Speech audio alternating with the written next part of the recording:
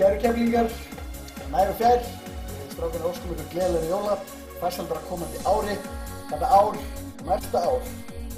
Fótbolti, kalla, kvenna, körfubolti, kalla, kvenna, name it, allar íþróttagreinar. Við þarfum að taka þetta shit yfir. Keflavík, 230, það er að fucking frétta. Allir saman, gleðileg jól!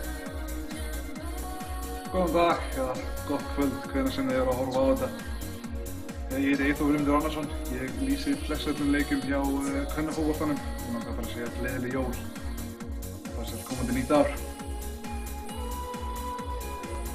Kæru stuðningsmenn Keflavíkur í fótbolta og í fótbolta.